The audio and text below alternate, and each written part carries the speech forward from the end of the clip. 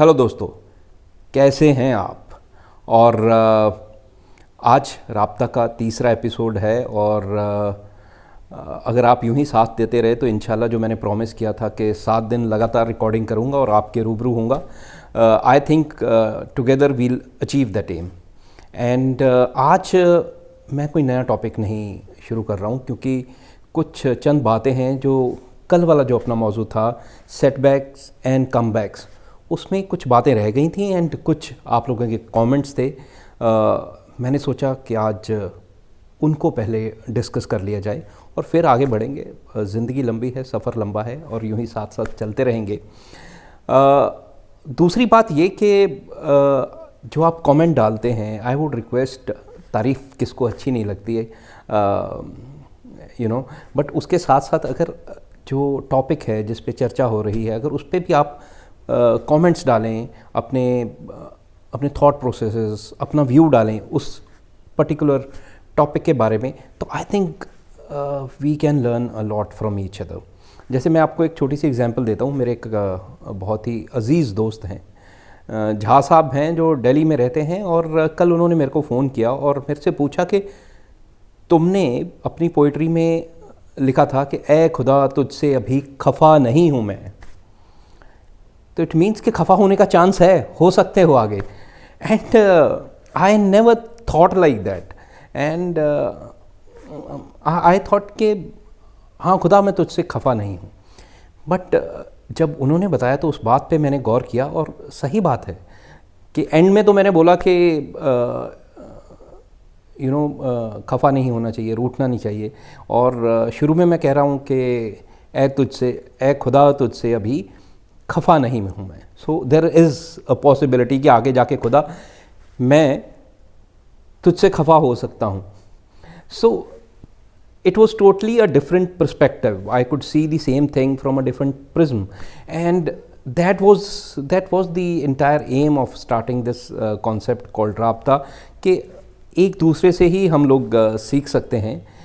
और झा साहब, मुआफ़ी, और आगे के लिए मैं उस पोइट्री को चेंज कर दूंगा और उसमें लिखूंगा कि ए खुदा तुझसे कभी खफा नहीं हूँ मैं।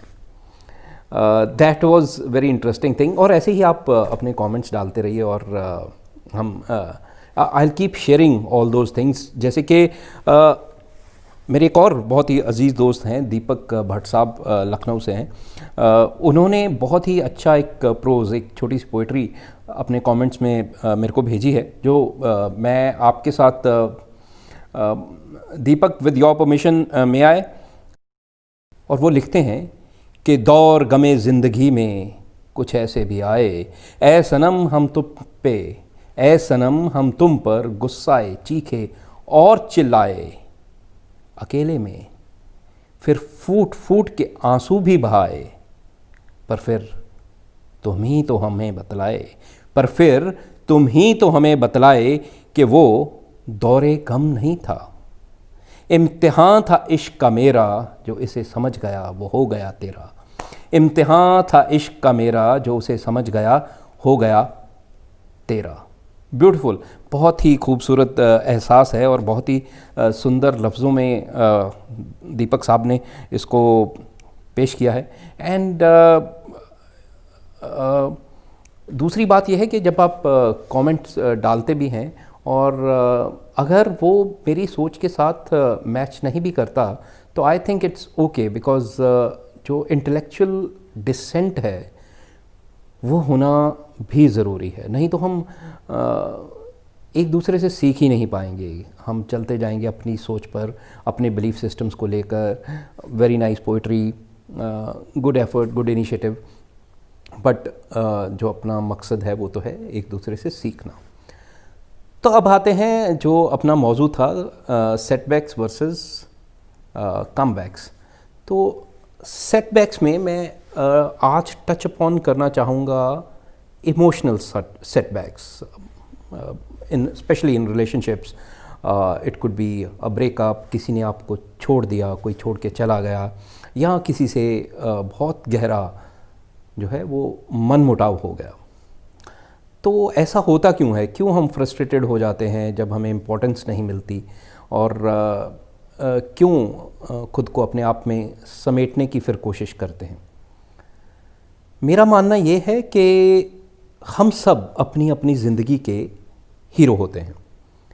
We feel that we are the central character of this entire movie called life, and बाकी सब लोग जो हैं वो सपोर्टिंग एक्टर्स हैं. एंड और वो जब सपोर्टिंग एक्टर्स जो हैं वो आपको उतनी इम्पोर्टेंस नहीं देते जितनी कि आप एक्सपेक्ट करते हैं, तो बुरा लगता है और बहुत बुरा लगता है.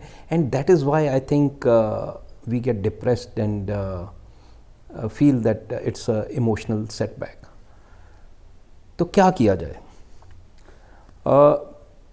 मेरा मानना अगेन मैं तो अपने ही एक्सपीरियंस से बता सकता हूँ, और फिर जब आप कमेंट्स करेंगे तो हमें इसके बारे में और अच्छे से पता चलेगा.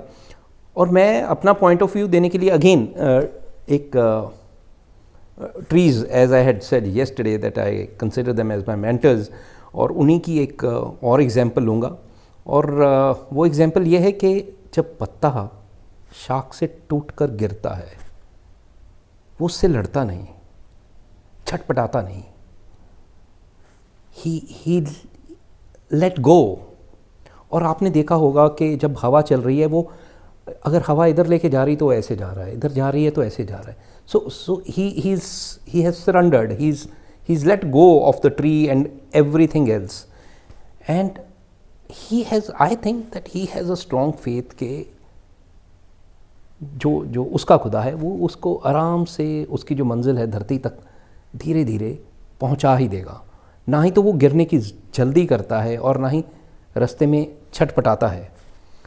तो I don't know, I think letting go of things, letting go of emotions and letting go of people may help. And दूसरी बात इमोशनल सेटबैक में ये है कि कोई भी setback, I think they are the milestones of our journey. आज मेरे एक दोस्त हैं, उन्होंने बहुत ही अच्छी एग्जांपल दी कि अगर हम एक जगह से दूसरी जगह जा रहे हैं और nothing happened on the way, actually it was a smooth journey, we may forget that particular journey very very soon, but if there were happenings, there were ups and downs, there could be breakages, car ख़राब हो गई, कुछ और हो गया, और wherein we got emotionally and physically involved in that event, and or we come out of it, maybe accident हो गया and we come out of it safe and sound. I think we'll never forget that journey. Such a beautiful example, and that is how the memories are made, that's how the stories are made, and life is all about good stories and good memories. क्योंकि अगर यही दो चीज़ें हमारे ज़िंदगी में नहीं होंगी तो फिर क्या रह जाएगा? एक सी ही अगर ज़िंदगी चलती रहे, वो बहुत लोग एग्जाम्पल देते हैं ना कि अगर जो पल्स मेजर करता है, अगर वो सीधा चलता रहे तो it means you are dead, and till the time it's going up and down, तब तक I think that we are alive.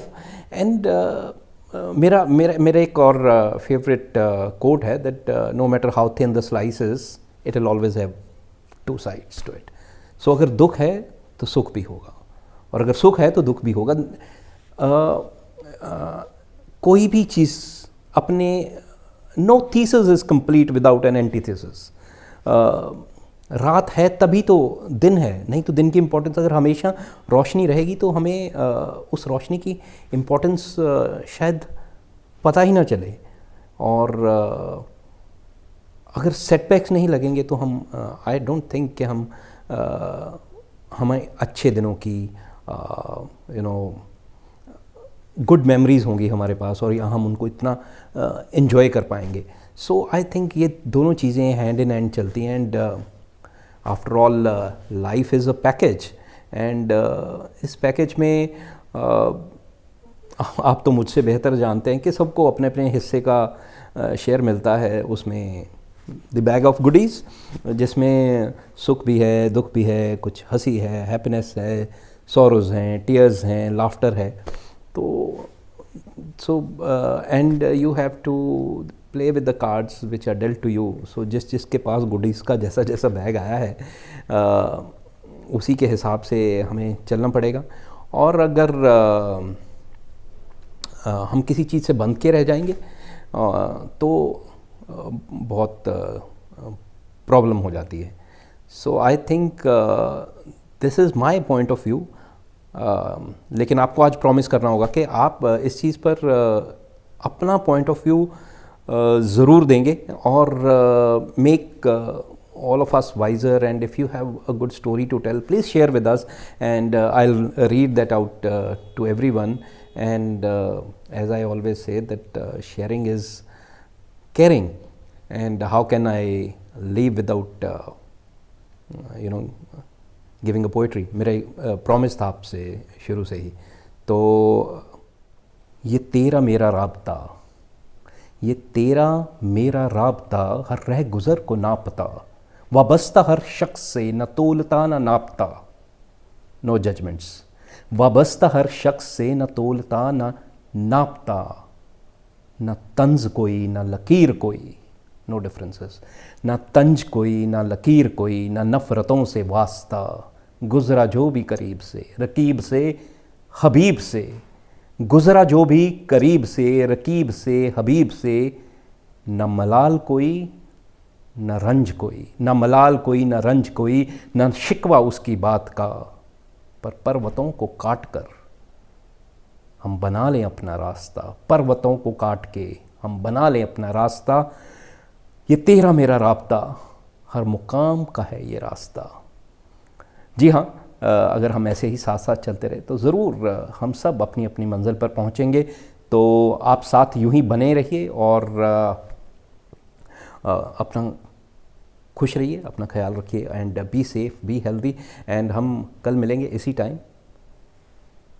शब खैर.